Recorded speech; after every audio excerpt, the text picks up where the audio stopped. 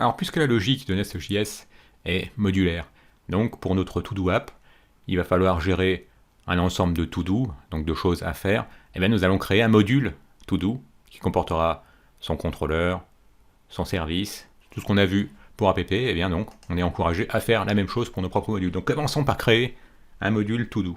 Donc CTRL U accent grave pour ouvrir la console. On a un petit plus pour ouvrir un nouveau terminal.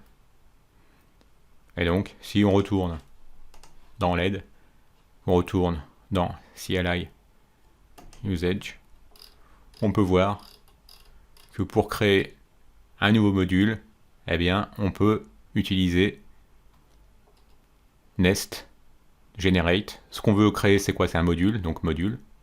Nest Generate module. Le module qu'on veut créer, on va l'appeler to-dos. Donc on peut soit utiliser la forme longue,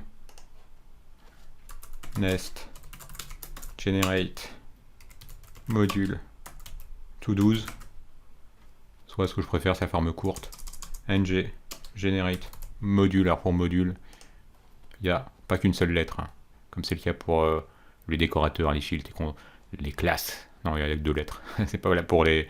Finalement, non, il y a une majorité quand même de components qui se créent à l'aide de deux lettres. Donc nous, ce qu'on veut créer, c'est un module. Donc ng nest g pour generate, mo pour module. Le module qu'on veut créer, c'est to-dos.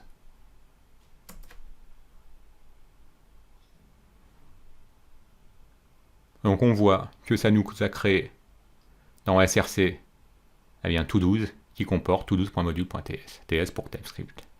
Et que ça nous a mis à jour en plus, après module.ts, effectivement on peut voir que notre nouveau module, eh bien il a été importé. Il a ajouté à ce tableau des imports. En fait, je peux continuer à vous dire, comme dans le cas d'Angular, puisqu'après tout cette formation, elle va utiliser ensuite un client Angular, donc il y a de fortes chances que vous soyez un développeur Angular. Donc là, vous reconnaissez le fameux tableau des imports dans lequel vous devez ajouter les modules que vous importez parce que vous souhaitez les utiliser. Voilà, alors on nous a dit également dans la console que ça nous crée ce répertoire to-dos. Qu'est-ce qu'il comporte?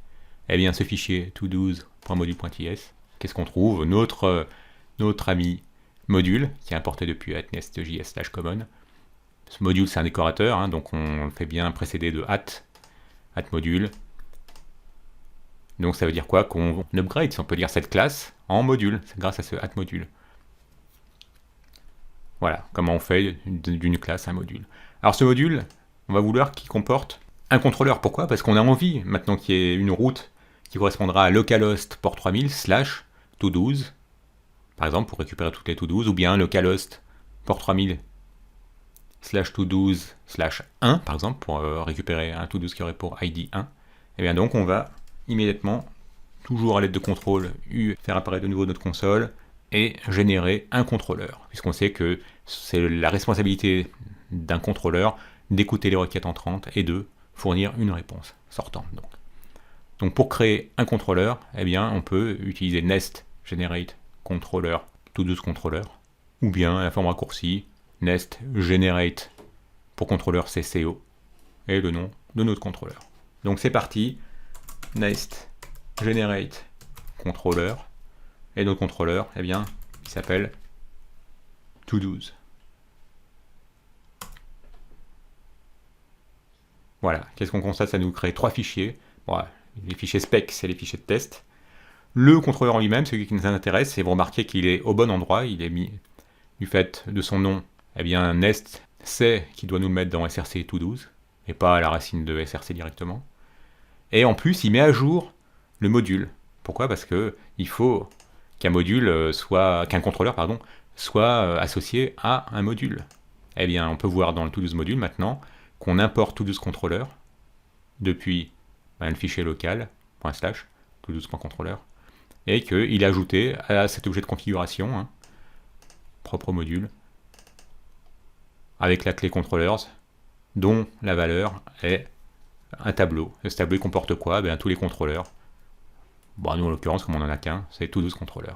Et donc si on va dans ce to-dos controller, sans surprise, eh bien, il utilise le décorateur @controller qui est importé depuis nest.js/common et qui permet de décorer la classe to-dos controller.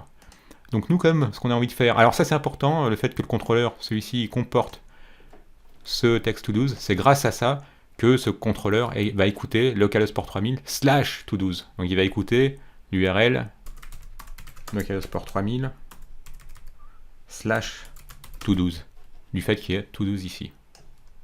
Donc ça permet d'écouter une requête vers cette URL-ci. S'il y avait eu Toto, ça aurait fait slash Toto. Donc, qu'est-ce qu'on veut faire? Eh bien, dans un premier temps, on voudra faire un get, comme précédemment. Vous vous souvenez que pour pouvoir écouter les requêtes de type get, eh bien, il suffit d'importer get, depuis common également, depuis nest.js/common.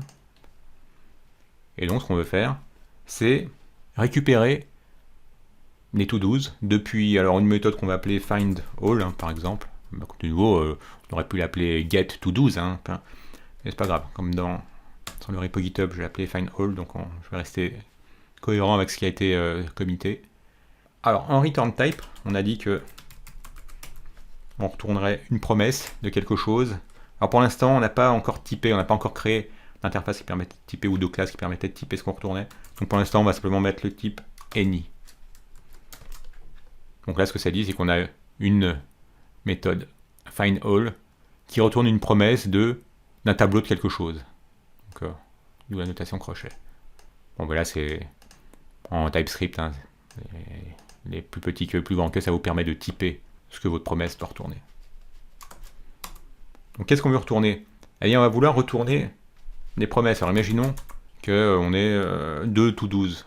Eh bien, plutôt que de retourner directement un tableau qui comporterait 2 objets, hein, bon, ça correspondrait à un to-do, ça correspondrait à un autre to-do, enfin plutôt une promesse qui nous retournerait ce tableau-là, eh bien, ça irait à l'encontre de notre single responsibility pattern.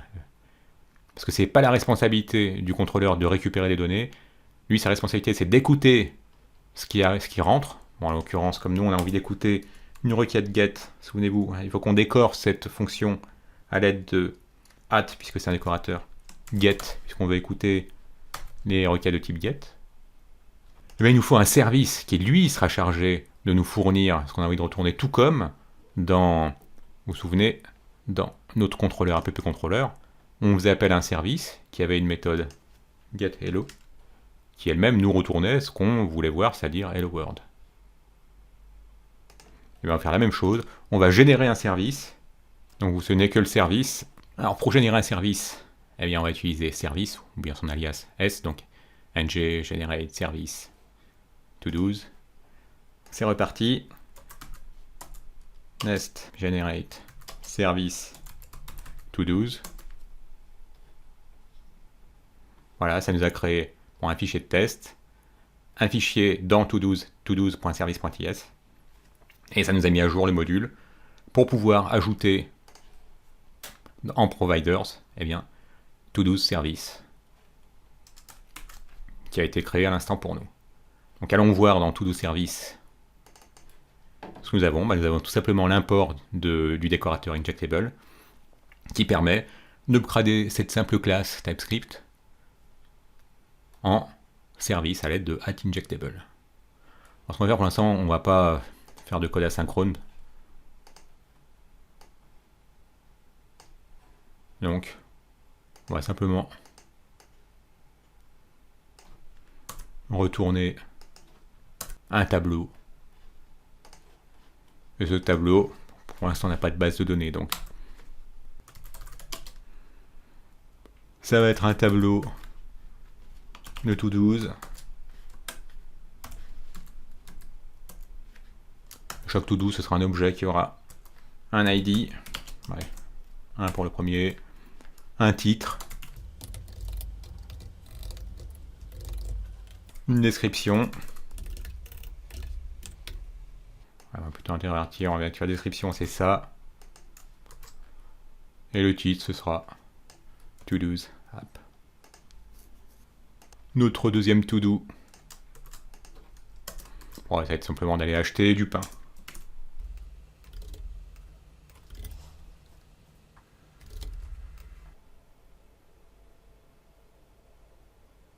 Ouais, puis comme c'est, on n'a pas à mettre, quand on est dans une classe, on n'a pas besoin de mettre const et tout va.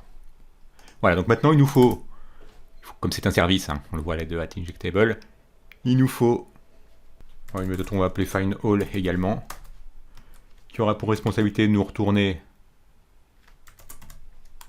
un tableau. Alors qu'est-ce qu'on va faire tout simplement? On va retourner notre tableau de to-dos. C'est bien, le ça a été ajouté pour moi, j'étais sur le point de l'oublier. Puisque là, on a bien un membre de cette classe, donc il faut bien y accéder via this. Ce qui veut dire que maintenant, côté contrôleur, eh bien, on peut utiliser ce service. On peut utiliser ce service. Bon, bien évidemment, pour ça, il faut l'importer. On va voir si l'auto-import marche bien. Alors, on sait que cette méthode final est chargée d'écouter les requêtes get, parce que on est dans un contrôleur, et on est dans une méthode qui est décorée à l'aide de get. Il faut d'abord qu'on demande à notre injecteur de nous fournir une instance de todo service. Donc ça se fait comme dans le monde Angular. Ça peut se faire sous forme raccourcie à l'aide d'un accesseur private. Vous verrez que dans la doc, souvent est utilisé read-only, puisqu'on sait que son apport ne va pas être modifié une fois qu'il aura été initialisé. Et on décide de l'appeler todo service. Ça, on est libre de donner le nom. Par contre, le type, donc c'est accesseur, nom de notre variable, qui contiendra l'instance que va nous fournir l'injecteur. Ben, il va nous fournir quoi? Une instance de todo service. Et hop, il nous l'a bien importé ici, il nous apporte todo service depuis ./todo.service. Et donc maintenant, on peut l'utiliser ici même, dans notre méthode qui a été décorée à l'aide de get. On fait respirer un peu la chose en mettant un espace. Donc on peut retourner le résultat de l'appel à this.todoService. On va être cohérent, on va l'appeler todoService,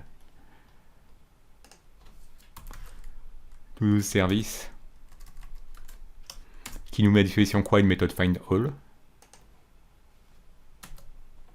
Et donc maintenant, on peut essayer d'accéder à localhost pour 3000/todos, du fait que le contrôleur s'est vu passer la string todos. Donc là, quand on n'est pas sur todos, on reçoit simplement notre hello world.